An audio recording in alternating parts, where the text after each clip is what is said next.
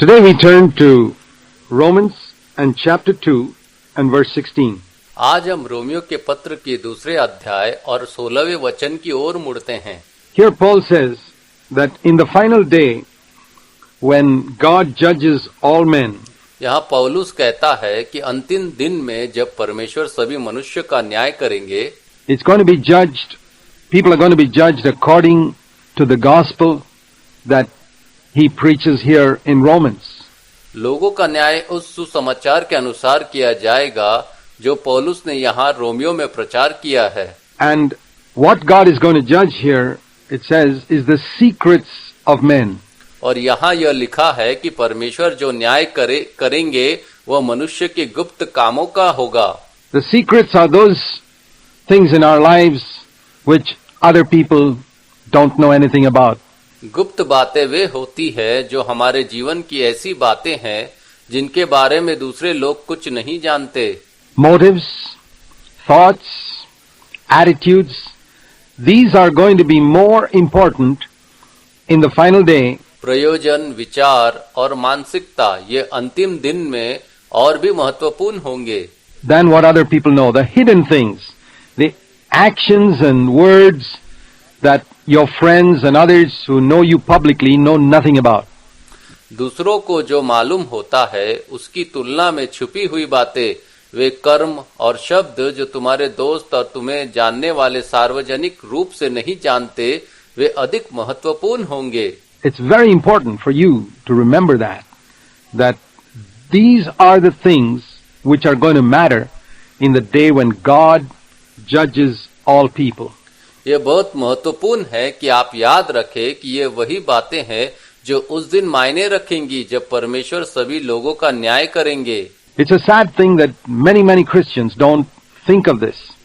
If you really took this seriously, you would be delivered from living before the face of men.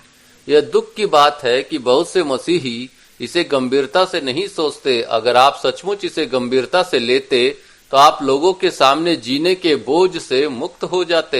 You wouldn't care anymore for what people thought about you.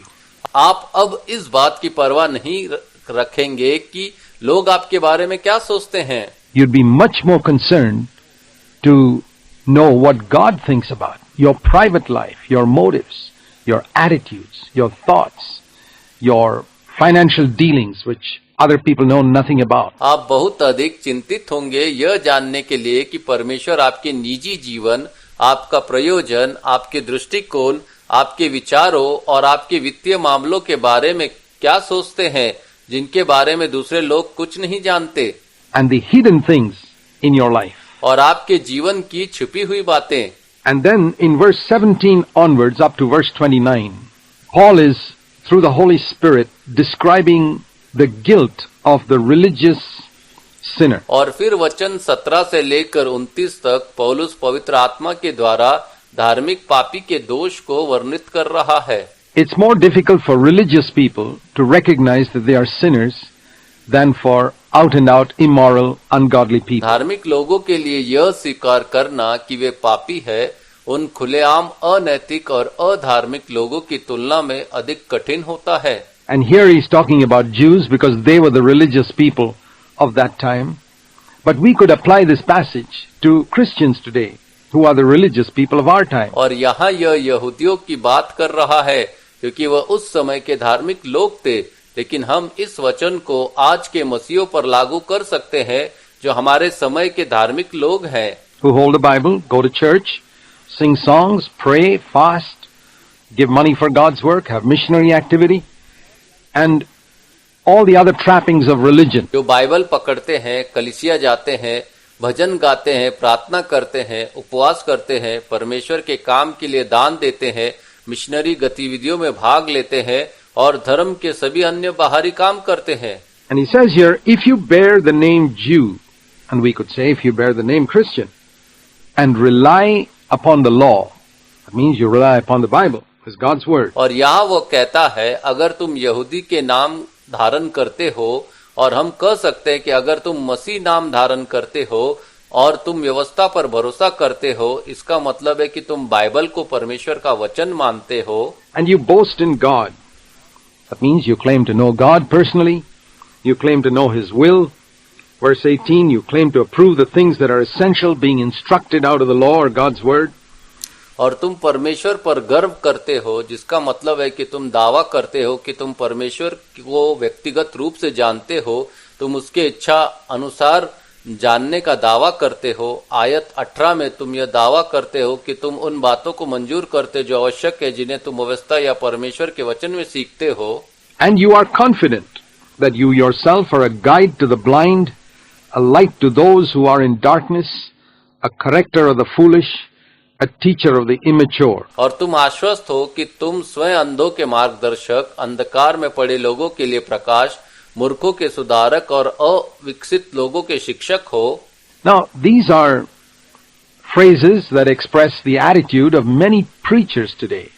Many Christian preachers feel they are a guide to the blind, a light to those in darkness, and a corrector to the foolish, a teacher of the immature, all of which अब ये वाक्यांश है जो आजकल के कई मसीह प्रचारकों का रवैया है, जो व्यक्त करते हैं कि वे अंधों के मार्गदर्शक, अंधकार में रहने वालों के लिए प्रकाश, मूर्खों के सुधारक और अल्प वयस्कों के शिक्षक हैं। is true if a man is upright, sincere, and if his life backs up his message, the words that he preaches. जो सब सही होगा अगर कोई आदमी सही, सच्चा और ईमानदार हो और उसकी जिंदगी उसके संदेश का समर्थन करती हो जो वो प्रचार करता है। But here Paul is speaking to those who boast about these external things but don't have a life that backs up what they preach. लेकिन यहाँ पौलुस उन लोगों से बात कर रहा है जो इन बाहरी बातों पर घमंड करते हैं, लेकिन उनकी जिंदगी उस संदेश का समर्थन नहीं करती जो वे प्रचार करते हैं। And he speaks here about those who teach others. And he says in verse 21, you who teach another, don't you teach yourself? और वो यहाँ उन लोगों के बारे में बात करता है जो दूसरों को सिखाते हैं, और वो कहता है वचन 21 में, तुम जो दूसरों को सिखाते हो, क्या तुमको खुद को नहीं सिखाना चाहिए? You who preach that one should not steal, do you steal? See, stealing is not just major things like robbing a bank or things like that. You could steal a paper or a pen from your office. तुम जो प्रचार करते हो कि चुराना गलत है, क्या तुम खुद चुराते हो? देखो, चोरी का मतलब सिर्फ बड़े अपराध जैसे बैंक लूटना या ऐसी चीजें नहीं है। तुम अपने ऑफिस से एक कागज या पेन भी चुरा सकते हो। You could steal medicines from your hospital, small little things which are called pilfering. तुम अपने अस्पताल से दवाइयां भी चुरा सकते हो। ये छोटे छोटे सामान होते हैं जिन्हें कहते हैं चोरी हम या पिल्फरिंग। And what Paul is saying is, don't just think of these big robbers who steal big things. Do you steal small things? और जो पौलुस कह रहा है वो यह है कि सिर्फ उन बड़े लुटेरों के बारे में मत सोचो जो बड़ी चीजें चुराते हैं। क्या तुम छोटी छोटी चीजें चुराते हो? What about stealing a person's reputation? When you speak evil about someone, do you know that you're doing something worse than stealing 100 rupees from his pocket? एक व्यक्ति की प्रतिष्ठा चुराने के बारे में क्या? जब तुम किसी के बारे में बुराई करते हो, क्या तुम्हें पता है कि तुम उसके जेब से 100 रुपए चुराने से भी बदतर काम कर रहे हो? You're stealing something more valuable to him than 100 rupees. You're destroying his reputation. You're stealing it. तुम उससे 100 रुपए से भी ज्यादा कीमती कुछ चुरा रहे हो। तुम उसकी प्रतिष्ठा को नष्ट कर रहे हो। तुम उसे चुरा रहे हो। And so he says, you who preach that one should not steal, do you steal? और इसलिए वो कहता है, तुम जो प्रचार करते हो कि चोरी नहीं करना चाहिए, क्या तुम खुद चोरी करते हो? You who say that one should not commit adultery, do you commit adultery? Jesus said that if you lusted after a woman in your mind, you are committing adultery. तुम जो कहते हो कि व्यभिचार नहीं करना चाहिए, क्या तुम व्यभिचार करते हो? यीशु ने कहा है कि अगर तुम किसी महिला के प्रति मन में वासना रखते हो तो तुम व्यभिचार कर रहे हो। So when you look down with horror at some person who has fallen into sin externally in this area, he says, what about you? तो जब तुम किसी ऐसे व्यक्ति को घृणा से देखो जो बाहरी रूप से इस पाप में गिर गया है, वो कहता है, तुम्हारे बारे में क्या? How's your thought life? Do you commit adultery? He's trying to point out to these religious people that you are just as bad sinners as these others and just as guilty as anybody else. तुम्हारा विचार जीवन कैसा है? क्या तुम व्यभिचार करते हो? वो इन धार्मिक लोगों को यह बताने की कोशिश कर रहा है कि तुम भी उतने ही बुरे पापी हो जितने ये दूसरे, और तुम भी उतने ही दोषी हो जितने की और कोई. You who abhor idols, do you rob temples? See, idolatry is not just external. It's not just bowing down before an idol of wood or stone. Anything that takes the place of God in your life, it could be money, it could be your job, it could be your house, that's idolatry. तुम जो मूर्तियों से घृणा करते हो, क्या तुम मंदिरों को लूटते हो? देखो, मूर्ति पूजा सिर्फ बाहरी बात नहीं है. यह केवल लकड़ी या पत्थर की मूर्ति के आगे झुकने तक सीमित नहीं है.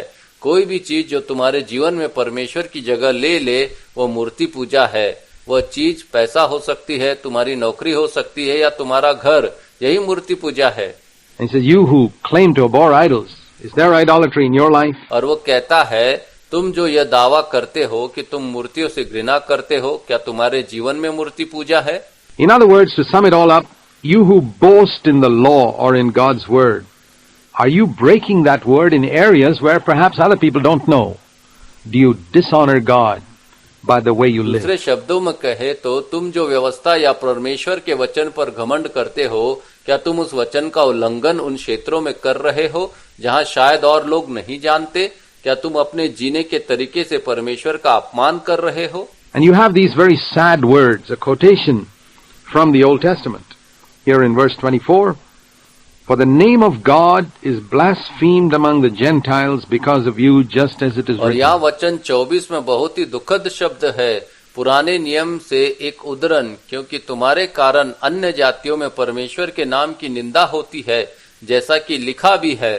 One of the prophets told Israel that the name of God is blasphemed among all the heathen nations because the way you fellows are एक living. भविष्यवक्ता ने इजराइल से कहा था कि तुम्हारे जीवन के तरीकों के कारण सभी अन्य जातियों में, राष्ट्रों में परमेश्वर के नाम की निंदा होती है. And I believe that is true around the world, that the name of Jesus Christ is so dishonored in many, many lands today because of the way those who take the name of Christ and who claim to be Christians live. और मेरा विश्वास है कि यह आज दुनिया भर में सच है. यीशु मसीह के नाम का बहुत सारे देशों में अपमान होता है, केवल इसलिए क्योंकि जो लोग मसीह का नाम लेते हैं और अपने आप को मसीही कहते हैं, वे जैसा जीवन जीते हैं वो उसके योग्य नहीं होता. And I believe that if you're a Christian, this should bring great sorrow in your heart, that your life does not back up your claim to be a disciple of Jesus और Christ. मेरा विश्वास है कि यदि आप एक मसीही है तो यह बात आपके हृदय में गहरा दुख लानी चाहिए कि आपका जीवन उस दावे का समर्थन नहीं करता जो आप यीशु मसीह के चेले होने के रूप में करते हैं. Do people in your office, in your home, your neighbors, your relatives see a difference in your attitude? What about when it comes to property matters? Do they find a freedom from covetousness and the love of money and earthly things in you if you claim to be a disciple of Jesus? क्या आपके office में, आपके घर में, आपके पड़ोसी, आपके रिश्तेदार, क्या वे आपके व्यवहार में कोई फर्क देखते हैं? जब बात संपत्ति की आती है, तब क्या वे आप में लोभ और धन तथा सांसारिक चीजों के प्रति प्रेम से मुक्त होने का प्रमाण पाते हैं, यदि आप दावा करते हैं कि आप प्रभु यीशु के चेले हैं? The name of God, the name of Jesus Christ is greatly dishonored in many lands today because of the way Christians आज live. बहुत से देशों में परमेश्वर का नाम, यीशु मसीह का नाम इस कारण से बहुत अपमानित हो रहा है क्योंकि मसीह जिस प्रकार का जीवन जीते हैं वह उस नाम के योग्य नहीं है. And then he goes on to speak about circumcision. Today we could say baptism or breaking of bread or any ritual. और फिर वह खतना के विषय में आगे बात करता है. आज के समय में हम कह सकते हैं यह बपतिस्मा हो सकता है, रोटी तोड़ना हो सकता है, या कोई और धार्मिक रीति हो सकती है. These things are of value if you obey God's word.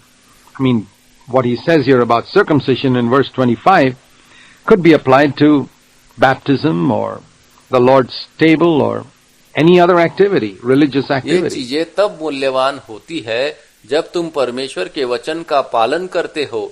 मेरा मतलब है कि यहाँ वचन 25 में वह खतना के बारे में कहता है उसे बपतिस्मा, प्रभु का भोज या किसी और धार्मिक क्रिया पर भी लागू किया जा सकता है। or ritual. It's of value only if you obey God's word. But if you transgress God's word, then your being baptized is as good as not being baptized. या कोई भी धार्मिक अनुष्ठान, इसका मूल्य तभी है जब तुम परमेश्वर के वचन का पालन करते हो, लेकिन अगर तुम परमेश्वर के वचन का उल्लंघन करते हो तो तुम्हारा बपतिस्मा ऐसा ही है जैसे तुम बपतिस्मा न किए हो। Your breaking bread is as good as not breaking bread. Your circumcision has become uncircumcision. तुम्हारा रोटी तोड़ना ऐसा ही है जैसे तुम रोटी न तोड़ो, और तुम्हारा खतना ऐसा हो गया है जैसे खतना न हुआ हो। And then you look at another man who's not been baptized or not circumcised. If he keeps verse 26, the requirements of God's word, God will consider his unbaptized state as good as baptism, because even though he didn't go through the ritual of baptism, he actually obeyed God's word. और फिर तुम ऐसे व्यक्ति को देखते हो जिसने बपतिस्मा नहीं लिया या खतना नहीं किया, लेकिन यदि वह परमेश्वर के वचन की मांगों का पालन करता है तो परमेश्वर उसकी बिना बपतिस्मा की स्थिति को बपतिस्मा के समान मानेंगे, क्योंकि उसने भले ही बपतिस्मा का संस्कार नहीं किया हो, पर उसने वास्तव में परमेश्वर के वचन की आज्ञा मानी। See, circumcision was a way in which people testified, I belong to God, I am not part of the heathen. And baptism is a way by which we profess that we've broken off with the world and belong to Christ. उनको खतना एक तरीका था जिससे लोग यह प्रमाणित करते थे कि वे परमेश्वर के हैं और वे अन्य जातियों का हिस्सा नहीं है, और बपतिस्मा एक तरीका है जिससे हम यह मानते हैं कि हमने संसार से अलग होकर मसीह से जुड़े हैं। But it's a mere ritual if we don't follow in the footsteps of Jesus Christ. मसीह से जुड़ना तो एक बात है, लेकिन यदि हम यीशु मसीह के पद चिन्हों पर नहीं चलते तो यह केवल एक अनुष्ठान भर है। And in that case, if it says here, if a man's physically uncircumcised and keeps the law, verse 27, will he not judge you? Won't he condemn you who outwardly has gone through the ritual, but you don't keep the और word? ऐसे में यदि कहा गया है कि कोई व्यक्ति शारीरिक रूप से बिना खतना वाला हो और फिर भी व्यवस्था का पालन करे, वचन 27, तो क्या वह तुम्हें न्याय नहीं करेगा? क्या वह तुम्हें दोष नहीं देगा जो केवल बाहरी रूप से संस्कार कर चुका है लेकिन वचन का पालन नहीं करता? Then he says he's not a Jew who's one outwardly, neither is circumcision that which is outward in the flesh, but he's a Jew who is one inwardly, and circumcision is that which is of the heart. फिर वह कहता है कि जो केवल बाहरी रूप से यहूदी है वो यहूदी नहीं है, और जो केवल शरीर से खतना है वह खतना नहीं है, बल्कि वह यहूदी है जो अंदर से है, और खतना वो है जो हृदय का होता है। We could apply the same to baptism. Baptism is a reality for those who have actually put off the old man and decided to walk in newness of life by the power of the Holy हम Spirit. इसे बपतिस्मा पर भी लागू कर सकते हैं। बपतिस्मा उन लोगों के लिए वास्तविकता है जिन्होंने वास्तव में पुराने स्वभाव को त्याग दिया है और पवित्र आत्मा की शक्ति से नए जीवन में चलने का निर्णय लिया है। Not just a matter of going into the water and coming out, but one whose heart has been यह circumcised. केवल पानी में जाकर बाहर आने की बात नहीं है, बल्कि वह है जिसका हृदय का खतना हो चुका हो। And by the Spirit, not the letter. And for such a man, it says here, his praise is not from men, but from और वह God. आत्मा द्वारा होता है, अक्षर द्वारा नहीं। और ऐसे व्यक्ति के लिए यहाँ कहा गया है कि उसकी प्रशंसा मनुष्य से नहीं बल्कि परमेश्वर से होती है। And that's because he seeks not the praise of men, but the praise of God. So ultimately it boils down to whose honor are you seeking? और ऐसा इसलिए है क्योंकि वह मनुष्य की प्रशंसा नहीं बल्कि परमेश्वर की प्रशंसा चाहता है। इसलिए आखिरकार यह बात आती है कि तुम किस सम्मान की चाह रखते हो। Are you seeking praise from men? Then you will just be a religious sinner. The way to be free from it is to seek the praise of God. क्या तुम मनुष्य से प्रशंसा चाहते हो तो तुम सिर्फ एक धार्मिक पापी बनोगे। इससे मुक्ति पाने का रास्ता है कि तुम परमेश्वर की प्रशंसा चाहो।